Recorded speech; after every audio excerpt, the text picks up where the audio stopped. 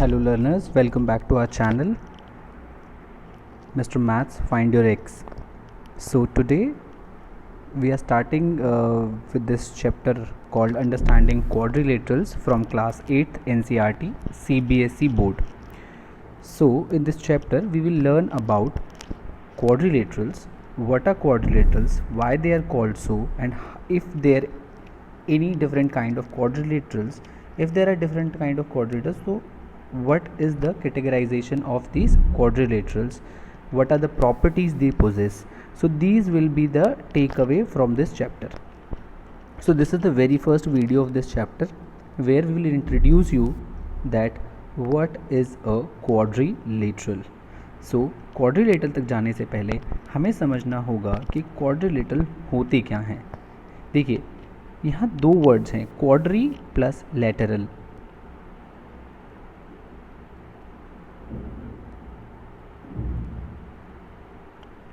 दो वर्ड्स जो हम यहाँ कह रहे हैं दैट इज क्वाड्रिलैटरल्स. ठीक है, क्वाड मतलब होता है चार, लेटरल मतलब होता है sided. So any four sided figure is called quadrilateral. But these figures are also specific. ये बहुत स्पेसिफिक होती हैं. अब वो कौन सी होती है हम उसे समझने की कोशिश करेंगे. चलिए, तो सबसे पहले हमें समझना चाहिए कि क्वाड्रिलेटरल जब हम कह रहे हैं तो हम कहाँ पर डील कर रहे हैं. एक्चुअल में हम प्लेन सरफेस पर बात कर रहे हैं. प्लेन सरफेस जो आपको एक स्लाइड दिख रही है यहाँ पर, this is called plane surface. या आपका पेपर है या फिर कोई भी ऐसी शेप जिसकी डायमेंशन दो हैं, और two dimensional, any two dimensional thing. Two dimensional कहने का मतलब जिसकी सिर्फ दो डायमेंशन हो. Like for example one is length, then यहाँ पर एक कर्व आया, तो इस तरीके से कर्व. देखिए ये प्लेन के अंदर जो शेप होती है उसे बोलते हैं प्लेन सरफेस, या फिर हम उसे बोलते हैं टू डायमेंशनल शेप्स, या फिर हम जो हम डील कर रहे हैं वो टू डायमेंशनल वर्ल्ड है. तो जब भी हम क्वाड्रिलेटरल्स की बात कर रहे हैं तो हम टू डायमेंशनल वर्ल्ड से डील कर रहे हैं जहाँ पर सिर्फ दो ही डायमेंशंस हैं.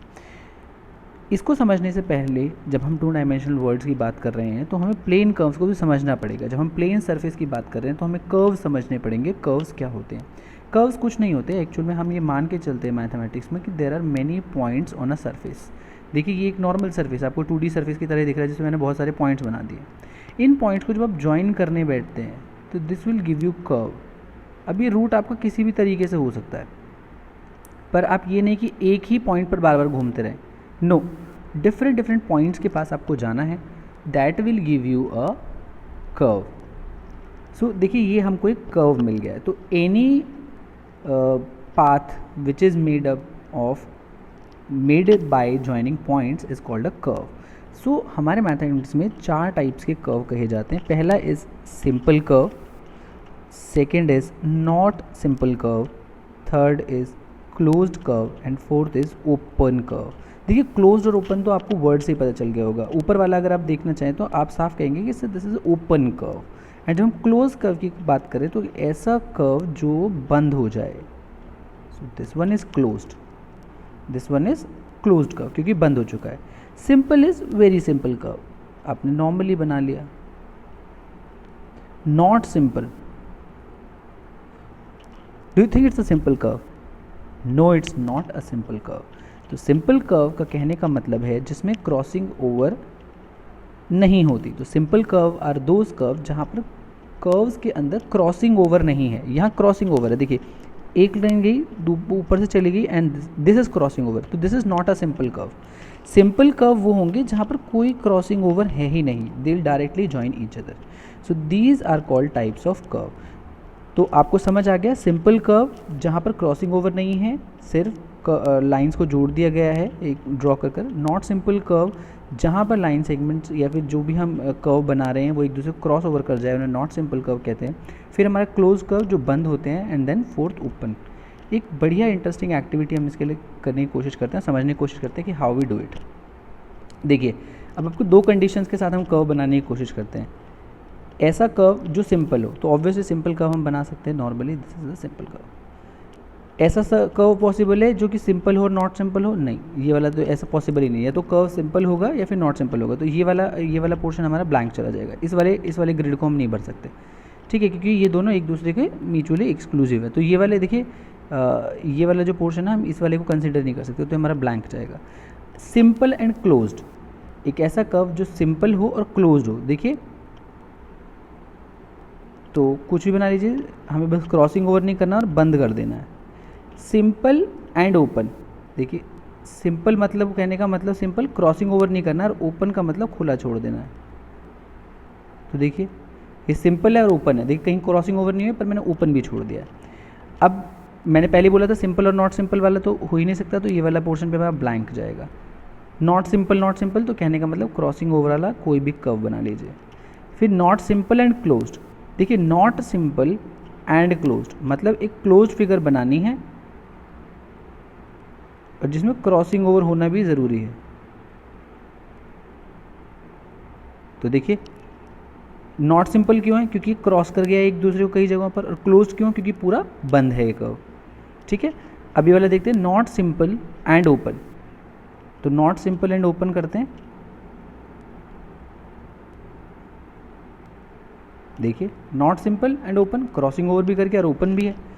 Closed end simple, closed end simple बिल्कुल ये वाला जाएगा, क्लोज्ड एंड सिंपल। तो आप क्लोज कर दीजिए और सिंपल बना लीजिए, दिस कैन बी डन। ठीक है, ये क्लोज्ड एंड सिंपल है, सर्कल सा है। Closed but not simple, closed end not simple, closed भी हो नॉट सिंपल। तो देखिए ये वाला लगभग जाएगा सिमिलर। क्लोज तो कोई भी क्लोज कर्व बना लीजिए, कितना आसान है बनाना। क्लोज्ड एंड ओपन, देखिए ये कॉन्ट्रडिक्टरी है, जो क्लोज्ड है वो ओपन नहीं हो सकता, जो ओपन है वो क्लोज नहीं हो सकता। इसी वजह से आपका ओपन क्लोज्ड ये वाला भी ब्लैंक चला जाएगा, ये नॉट एप्लीकेबल है, ये वाले हम भर ही नहीं सकते, ये वाले ब्लैंक रहेंगे हमारे, ये हमारे जो बॉक्सेस है इसे हम भर ही नहीं सकते। ठीक है, we can not fill them these boxes, हम ये नहीं फिल कर सकते क्योंकि एक दूसरे को कॉन्ट्रडिक्ट कर रहे हैं। जो ओपन है वो क्लोज नहीं हो सकता, जो क्लोज है वो ओपन नहीं हो सकता, तो ये वाले ग्रिड्स हम नहीं भरेंगे। चलिए अभी इधर आते हैं, सिंपल ओपन, क्या सिंपल होना चाहिए और ओपन होना चाहिए। तो सिंपल के लिए मतलब क्रॉसिंग ओवर ना हो, और ओपन के लिए हम कैसा भी खुला छोड़ दें। तो सिंपल ओपन हम पहले बना चुके हैं, देखिए ये रहा एक सिंपल ओपन। अब हमारा नॉट सिंपल बट ओपन, मतलब क्रॉस ओवर हो जाए और खुला रह जाए। देखिए सिंपल ओपन, नॉट सिंपल है ये और ओपन है। फिर है ओपन ओपन, तो ओपन तो कोई भी बना लीजिए आप। तो देखिए कितने सारे हमने डिफरेंट टाइप ऑफ कर्व बनाए, तो ऐसे हम बहुत सारे कर्व्स बना सकते हैं और बड़े इंटरेस्टिंग कर्व्स बना सकते हैं हम ऐसे। चलिए अब अगली स्लाइड में देखते हैं। तो अब जब हमने ऊपर यहाँ समझने की कोशिश करी, यहाँ से एक डेफिनेशन निकल के आती है पॉलीगन्स की। पॉलीगन्स बहुत स्पेसिफिक कर्व होते हैं। कैसे स्पेसिफिक कर्व्स होते हैं, ये सिंपल होते हैं, क्लोज्ड होते हैं और लाइन सेगमेंट से बने होते हैं। तो आप यहाँ से जो डेफिनेशन हम ले रहे हैं पॉलीगन्स की वो है सिंपल, तो सिंपल से आपको समझ आ गया होगा क्रॉसिंग ओवर नहीं करना है। सिंपल क्लोज्ड, अब क्लोज्ड का मतलब समझ आ गया होगा बंद रहेंगे ये। तो सिंपल क्लोज्ड कर्व आपको समझ आ गया। ऐसे कर्व जो कि सिंपल एंड क्लोज्ड हों but made up of line segment, made up of line segment, इन्हें कहते हैं हम पॉलीगन। देखिए यहाँ दो तीन चीज़ें नोटिस करने वाली, एक तो लाइन सेगमेंट और सिंपल क्लोज कर्व। पिछली वाली स्लाइड में हमने देखा कि सिंपल क्लोज कर्व क्या होते हैं, जो कि क्रॉस ओवर नहीं करेंगे एक दूसरे को, बंद रहेंगे।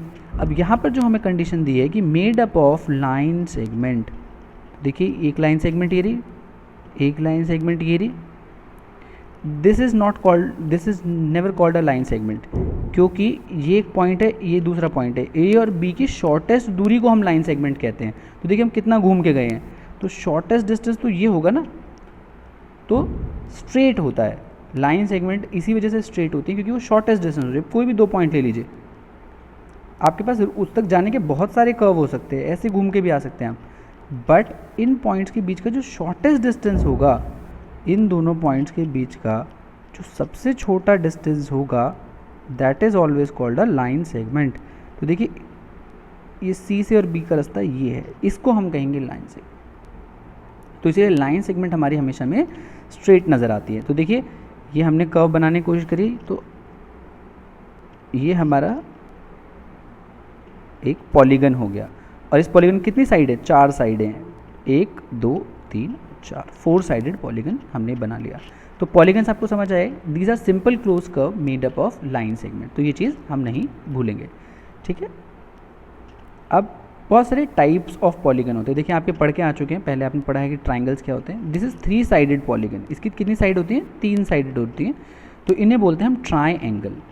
4 साइड वाले पॉलीगन को हम बोलते हैं क्वाड्रिलेटरल, जिस चैप्टर को हम पढ़ रहे हैं। क्वाड्री मतलब 4, लेटरल मतलब साइड, ठीक है। क्वाड्री मतलब 4, लेटरल मतलब साइड।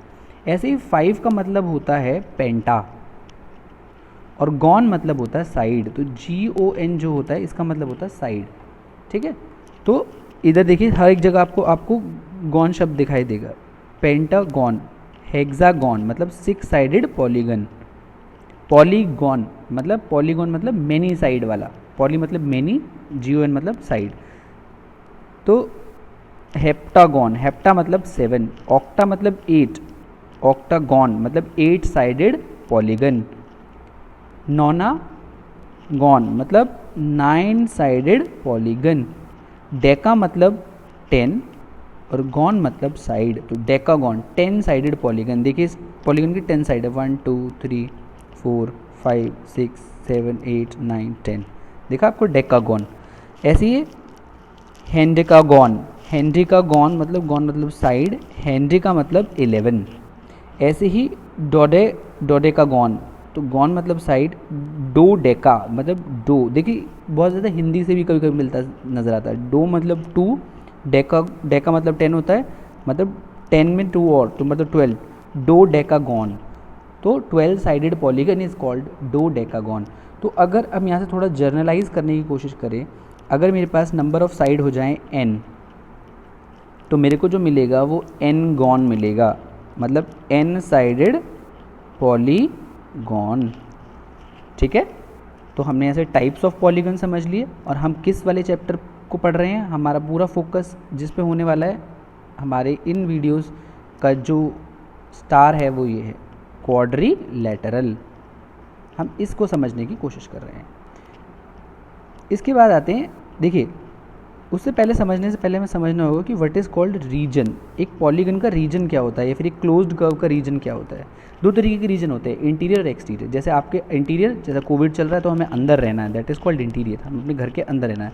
तो देखिए यहाँ हमने जो शेड किया हुआ है ये portion, this portion, this is called, this is the interior of this polygon, this is the interior of this polygon.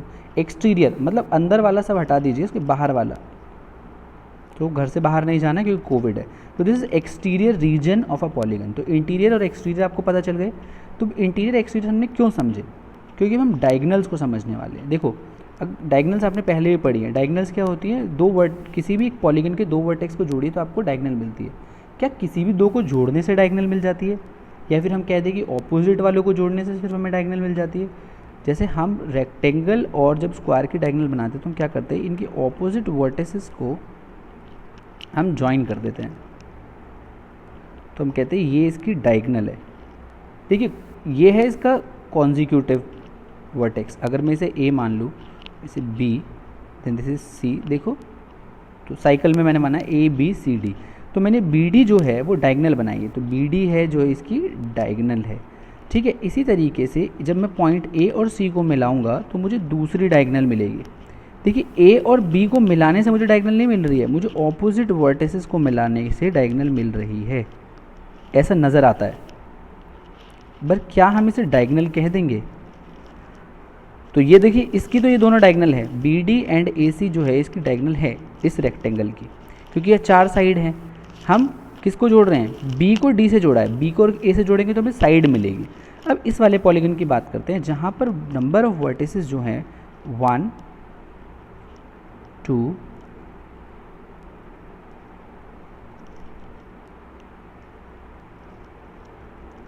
1 2 3 4 5, तो इट्स अ पेंटागॉन, क्योंकि इसकी कितनी साइड है 5, 1 2 3 4 5, तो पेंटा मतलब 5, गॉन मतलब side, so it's a pentagon.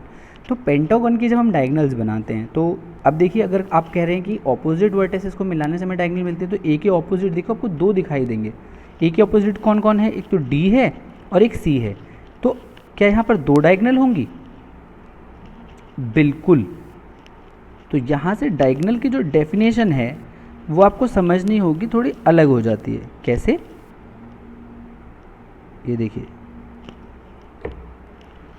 AD और दूसरी डायगोनल जो आपकी बनेगी वो है AC।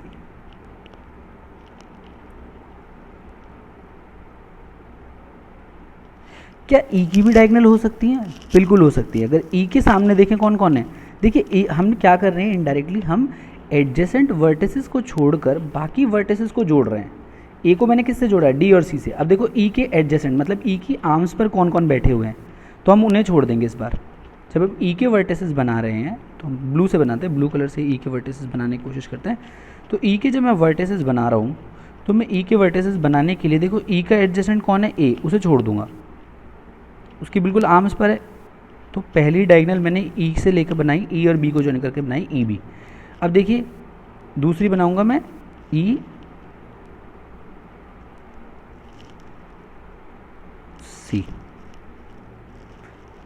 E और D को नहीं जोड़ सकता, क्यों? क्योंकि जो D पॉइंट है वो E का एडजेसेंट है। तो यहाँ पर हमने जो चीज़ सीखी, डायगोनल कुछ नहीं होती, it is a line segment which connect two non consecutive. Consecutive मतलब जस्ट नेक्स्ट, या फिर एडजेसेंट भी हम बोल सकते हैं। तो हम कह सकते हैं diagonal is a line segment connecting two non adjacent vertices of a polygon. तो यहाँ से जो हम डेफिनेशन जो हमारे लिए टेक अवे है, दैट डायगोनल क्या होती है? It is a line segment, it is a line segment connecting या joining टू नॉन कॉन्जिक्यूटिव या फिर नॉन एडजेसेंट कॉन्जिक्यूटिव। देखो कॉन्जिक्यूटिव मतलब बराबर वाले, नॉन कॉन्जिक्यूटिव मतलब जो बराबर में नहीं है। Consecutive vertices of a polygon, तो किसी भी पॉलीगन के, ऑफ अ पॉलीगन। पर हम तो 4 साइडेड पॉलीगन से डील करने वाले, तो हमारे लिए ये वाली सिचुएशन नहीं आएगी। तो ये वाला यहाँ पे जैसे आपने देखा तो कितनी सारी डायगोनल्स है यहाँ पे। अब आप लोगों को भी दिख रहा होगा कि B की एक और डायगोनल बन सकती है। तो देखिए, तो आपने देखा कि पेंटागन की कितनी सारी डायगोनल्स है। क्या सारी डायगोनल पॉसिबल बना ली? यस। B के सामने वाले 2 वर्टिसेस, A के भी दोनों वर्टिसेस, E के भी दोनों वर्टिसेस जुड़ गए हैं, D के भी दोनों A और B जुड़ गए, C से निकलने वाले E और A दोनों जुड़ गए। तो ये हमारी 1 2 3 4 5 डायगोनल्स हैं एक पेंटागन की। 1 2 3 4 एंड दिस इज 5th। तो 5 डायगोनल्स हमें दिख गई। ठीक है, तो दिस वाज कॉल्ड, ये हमें डायगोनल्स समझ गए। अब हमने डायगोनल्स क्यों समझी? ये डायगोनल्स हमें समझने में आसान करती हैं टाइप्स ऑफ पॉलीगन को। तो types of polygon actually 2 basis पर डिवाइड किए जाते हैं। पहला होता है on the basis of diagonal, ठीक है। दूसरा होता है on the basis of length and side and length of side, ये हम जो साइड की लेंथ है उसके बेसिस पर, और मेजर ऑफ एंगल। ठीक है, तो पहले हैं जो डायगोनल के बेसिस पर कैटेगराइजेशन है वो है convex polygon and concave polygon. ठीक है, कॉनकेव वर्ड को याद रखिएगा, केव, ठीक है, और कॉन्वेक्स पॉलीगन। दूसरे हैं रेगुलर पॉलीगन और इरेगुलर। रेगुलर और इरेगुलर ऑपोजिट है। तो बारी बारी से समझते हैं कि कॉन्वेक्स पॉलीगन क्या होते हैं एंड कॉनकेव पॉलीगन क्या होते हैं। पहले कॉन्वेक्स को समझ लेते हैं। देखिए कॉन्वेक्स पॉलीगन वो होते हैं जिनकी डायगोनल हमेशा इंटीरियर में होगी। डायगोनल कहाँ होगी? डायगोनल इंटीरियर होगी। और जो कॉनकेव होते हैं, आप इनकी डायगोनल बना के देखिए, इनकी एक आधी डायगोनल पक्का एक्सटीरियर में होगी। मैंने इंटीरियर एक्सटीरियर अभी थोड़ी देर पहले समझा, एक कर्व का इंटीरियर क्या होता है, एक्सटीरियर क्या होता है। अब जैसे यहाँ बनाने की कोशिश करिए, अब इन पॉइंट्स को ले लेते हैं फटाफट से। ये सपोज करिए A है, ये B C D E and F। अब बारी बारी सबको जोड़िए। देखिए कितनी भी डायगोनल बना लीजिए, F से निकलने वाली सारी डायगोनल बना ली मैंने, फिर ये डायगोनल्स बना ली।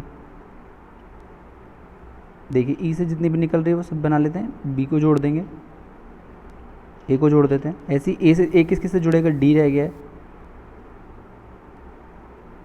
ठीक है। सारी डायगोनल बन गई, B और D रह गए मिलने। तो बहुत ही ब्यूटीफुल पैटर्न्स बनते हैं। आप चाहें तो जियोजेब्रा में ट्राई करके देख सकते हैं। बड़ा सा पॉलीगन बनाइए और फिर उसके ऊपर बहुत सारी डायगोनल्स बनाने की कोशिश करिए, बहुत ही सुंदर फिगर बन के नज़र आती है। रंगोली पैटर्न्स भी बनते हैं हमारे। तो देखिए सारी डायगोनल्स अंदर है, कोई पॉलीगन से बाहर गई नहीं। बट यहाँ देखिए ये है एम,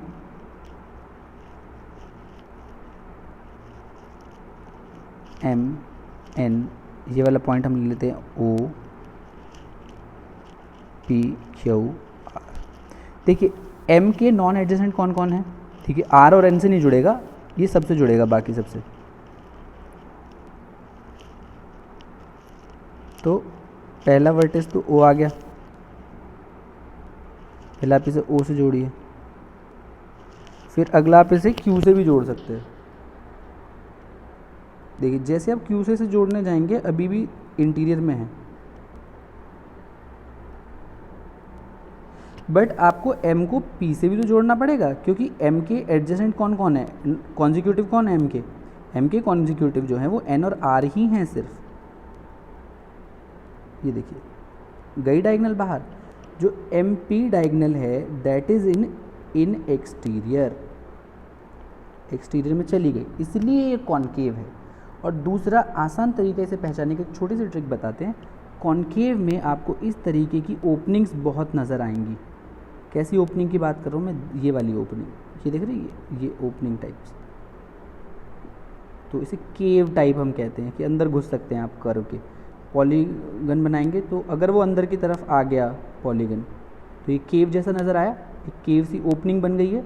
जहाँ पे ये ओपनिंग दिखाई देगी those are called concave polygon, क्योंकि जब आप इनकी डायगनल बनाएंगे वो ऑटोमेटिकली बाहर आ जाएगी। तो जिनकी डायगनल एक्सटीरियर में होती है दैट आर कॉल्ड कॉनकेव, और जिनकी सारी डायगनल्स इंटीरियर में होती है those polygons are called convex polygon. अब हमारे रेगुलर और इरेगुलर, देखिए रेगुलर मतलब एक जैसा सा रहना, हमेशा सेम स्थिति। So regular are called those polygon, वो पॉलीगन जिनकी साइड्स और एंगल बराबर होते हैं, इसीलिए नहीं equiangular and equilateral. Equiangular कहने का मतलब इनके सारे एंगल बराबर होते हैं, एंड इक्विलैटरल कहने का मतलब इनकी सारी साइडें भी बराबर होती हैं। तो इसका सबसे बेहतरीन एग्जांपल आपके पास है स्क्वायर। स्क्वायर के सारे एंगल जितने भी होते हैं आपको पता है ऑलरेडी 90 डिग्री होते हैं, और सारी साइड्स जो होती हैं वो सेम लेंथ की होती है। अगर इसकी a सेंटीमीटर लेंथ है तो ये भी a सेंटीमीटर होगा, ये भी a सेंटीमीटर होगा, और ये भी a सेंटीमीटर होगा।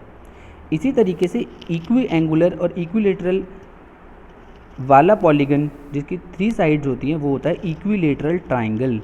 तो देखिए इक्विलेटरल ट्राइंगल, इक्विलैटरल ट्राइंगल मतलब उसकी तीनों साइड्स बराबर होती हैं। तो इक्विलैटरल ट्राइंगल के हमें पता है तीनों एंगल 60-60 डिग्री के होते हैं, तभी तो हमारी ट्राइंगल की जो एंगल सम प्रॉपर्टी वो सेटिस्फाई होगी। सारे एंगल्स का सम 180 डिग्री, तो सारे एंगल बराबर होते हैं, सब 60 डिग्री के होते हैं। सारी साइड्स भी इनकी बराबर होती है, सारी साइड्स भी बराबर होती हैं।